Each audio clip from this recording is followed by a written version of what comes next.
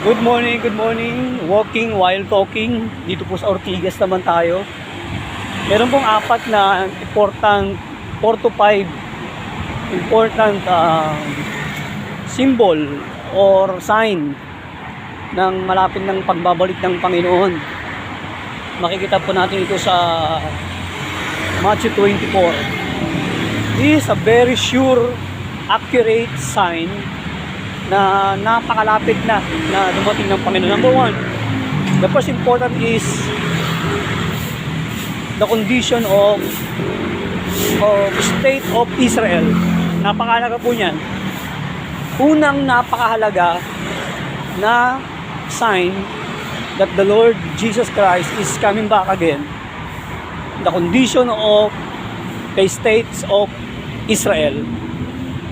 Dalawang factor po. Una is the rebuilding of the temple. Kasi sabi sa prophecy ni Daniel, makikita ninyo yung kalapastangan ng walang pangalawa, yung great blasphemy na gagawin. Actually, higit pa ito sa ginawa ni Satanas na rebellion sa heaven. Una po, na number one sign that Jesus Christ, the Lord Jesus Christ is coming back again is first, the condition of the state of Israel. First, yung pong rebuilding of the third temple. Bakit po? Kasi dun magaganap yung pong prophecy ni Daniel na kalapastangan ng walang pangalawa. Naluluklok po doon yung Antikristo, sasabihin niya sa si Jesus Christ, and many people shall be deceived. Isa na po dito yung mga nagagalit sa Panginoong Hesus. Karamihan, mga unbeliever of Jesus Christ. Actually, meron din mga believer of Jesus Christ na madideceive. So yung po una, itatayo po yung Third Temple of Solomon kasi doon po nila i-worship o doon po magpapakilala itong si Antichrist. Yun po yung pinakauna, rebuilding of the Third Temple, which we can see yung pong kalapastangan ng walang pangalawa. Number one po yan, napakalaga po niyan. And second, yung pong world political condition. World political condition. Kasi po, may nabanggit po uli sa prophecy ni Daniel na image of Nebuchadnezzar. Matagal na po ito actually, pinaniginipan to ni Nebuchadnezzar.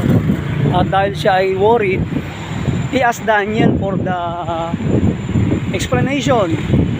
Then Daniel said to Nebuchadnezzar, the gold head is Nebuchadnezzar himself, and there another kingdom na may tatayo, yung pong silver na matatalo si Nebuchadnezzar, yung pong Mede-Persia.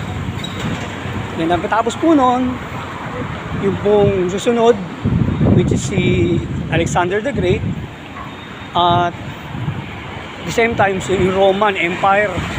Then yung pinakamababa, yung pinaka-bronze at may halong luwad. Tapos yung pong pinakadaliri naman, 10 po yun eh. 10 to na nayari sa lupa. Ito po yung 10 nation sa Europe that will revive the Roman Empire. Ito na po yung panahon natin. Meron pong mag-raise up na 10 nation na sobrang yaman sa Europe, and they will give their power, their authority sa Antichrist. So kikilalanin ng 10 leader na ito na very powerful, bibigay nila yung kanilang authority of power sa Antichrist. So number 2 is yung pong world political system. Magkakaroon po ng one world government. Then thirdly po na symbol or sign, yung po tinatawag na one world religion. If there is one world political power or one world government, we will be having one world religion. Ito po yung magiging prophet ng Antichrist. Kaya kita po ninyo, no? maraming relihiyon tayo ngayon. Pero sa dinami-dami ng relihiyon na yan, may isang magre-raise up. Actually, meron ngayong political or religious leader na tinatrabaho po ito na magkaroon po ng isang relihiyon.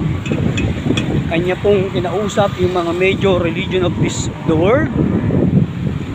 Marami po na silang ginawang conferences, pag-uusap, and it seems going good, na talagang doon talaga papunta. Kasi nga ang katuwiran, siya lang naman ang Diyos na way to worship. Pero ang katotohanan po yun, ginamit ang Israel ni God to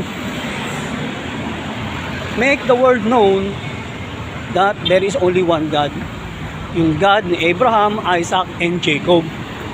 At ang di matanggap ng mga Hudyo, nagkatawang tao ang anak ng Diyos, ayaw nilang matanggap yun. Kaya yung magpapakilala po ng Antichrist, galing po yun sa kingly race. Talagang talagang galing sa royalty o royal family. So kung may una pong sign, great sign, the nation of Israel, may tatayo po yung third temple ni Solomon, kasi doon po i-reveal yung Antichrist kung sino. Then second, kakaroon po ng tinatawag na sa political system ng mundo, magkakaroon po ng one world government. Ayan. At after po nun ay magkakaroon ng one world religion. Okay? So siyempre alam natin na kung merong one world religion, one world government, at may tinatawag na one world economy. Matagal na po yan tinatrabaho, globalism. Matagal na po tinatrabaho yan, pero ang lahat ng yan ay papunta sa one world economy. One world economy. Yan. Kaya tandaan natin na lahat ng ito, particularly the one world economy, is papunta sa tinatawag na cashless society. Diba nung pandemic, diba, sumikat ang GCash, sumikat yung mga online transaction. At yan pong talagang matagal nang tinatrabaho. Sa ibang lugar na may mga microchip na po ang tao, na there no need to have printed money. Kasi nga, cashless society na. At yun ang isa pang sign na makikita natin that the world is coming back again. And pang-apat na po yun, diba? Sabi ko pa yun, 4 o 5. At pang-5 po, na matinding sign, magkakaroon po ng kakaibang pagkilos ang mga mananampalataya to evangelize the world. Tandaan po natin yan, kasi sabi ng Bible, the gospel shall be preached to all nations, and then the word will end. Kaya tandaan natin po, 5 po yan na mahalaga nating maintindihan. Una ay yung pong the state of Israel, kakaroon po ng rebuilding of the temple. Pangalawa, kakaroon po ng one world government. Pangatlo, one world religion. Pangapat, one world economy system, cashless society, to control the people. Then the most defining moment is magkakaroon ng grabing evangelization. Actually, through internet, maliban sa mga face-to-face evangelism, until now, yung ginagawa ng Panginoon sa Book of Acts, na he-reveal in dreams, like what he did in the life of Paul, Ananias, and some prominent people in the Bible. Nagre-reveal ang Lord sa dreams. Yan po yung kakaiba na nangyayari ngayon, na some people, not only one people, but many people, they see Jesus Christ in their dreams, and they testify that it is really the Lord. like what happened in India, in Africa, and some part of the world. Kaya yan po yung 5 na antabayanan po natin na kaganapan sa pagbabalik ng Panginoon. At ang lahat ng yan is actually ano na siya talaga, ongoing na talaga siya. Ongoing na. Kaya tandaan po natin, napakalapit na po ng mga kaganapan sa mundo na ito na makikita natin ang Panginoon. Pero ganun pa man, kung ano po yung ginagawa natin normally, just do it. At ang mahalaga, may isang verse sa Bible na dapat nating memorize eh. Ano po yun? In everything we do it for the glory of God. Google nyo po yan, hindi ko sasabihin yung verse. In everything we do it all for the glory of God. Kaya pag ano na ginagawa natin, kapira natin is to do all for the glory of God. It's all about righteousness. It's all about blessing tayo sa ibang tao. It's all about sa buhay natin, ayaw natin ng masama. Kaya yun po, yung 5 na pinag-usapan natin, 5 defining reason or a symbol or proof that the Lord is coming back again. Number 1, the condition of the state of Israel. Yung third temple, malapit nang itayo. At pag tinatayo na yon, ayan ha, handa-handa na po tayo. And number 2, we will be having a one-world government. Number 3, we will be having a one-world religion. Number 4, we will be having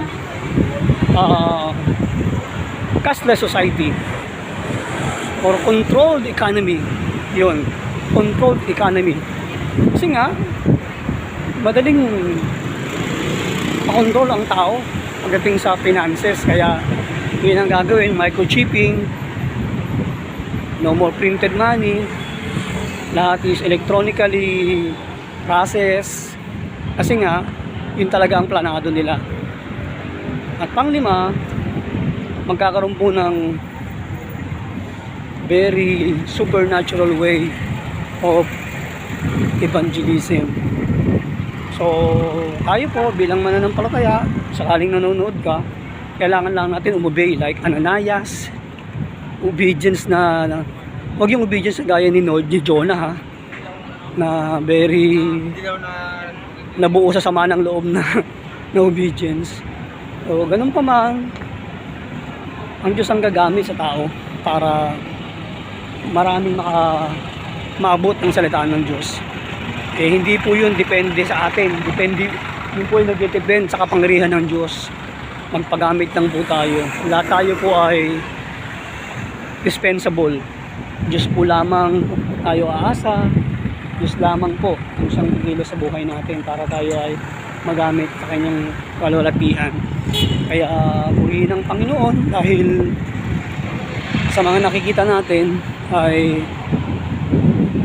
God's faithfulness ay nandoon, God's goodness ay nandoon. Actually, yung mga sakon ng mga mangyayari, yung mga climate change na yan, mga lindol na yan, yung mga super bagyo na yan po ay hindi sign actually, yan po ay parusa dun sa mga sign na nangyayari. Parusa po yun, unti-unti yun.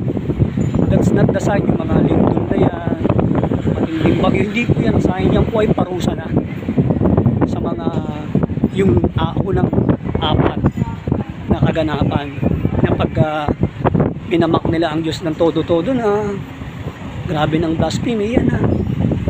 Mga tagtuyot na yan, mga war na yan, mga super typhoon na yan or great earthquake. That's not a symbol but a wrath of God. Kaya ulitin ko po bago tayo matapos, 5 po yun. 5 sign that the Lord is really coming back na napakalapit ng Matthew 24. 1, the condition of the state of Israel. yung rebuilding of the temple para ipahayag ni Antichrist na siya po si Jesus Christ. Yun po yung based sa propesya ni Daniel. And number 2, one world government. Sa propesya pa din po ni Prophet Daniel yon, na ang mundo ay panghahawakan ng away. Kung mayroong one world government, mayroong one world religion, one world currency which is electronic money for about controlling people. At panghuli, yung pong supernatural evangelism. The Lord Himself will reveal who He is. Not only through people, but also with dreams and vision. Yan na po nangyayari sa maraming bansa ngayon. Kaya, hold on, keep our faith firm. Sabi nga ng Bible, napakasimple ng sinabi ng Bible, tayo ay dapat nakatayo sa ibabaw ng bato na hindi matitinag. A wise man build his house upon the rock, and the rain came down at nanatili na ang bahay ay matatag. So hopefully tayong lahat nakatayo sa batong pundasyon, which is the Lord Jesus Christ. Pagpalain po tayo ng Panginoon at manatili na manghawakan sa pangako niya sa buhay natin. Amen.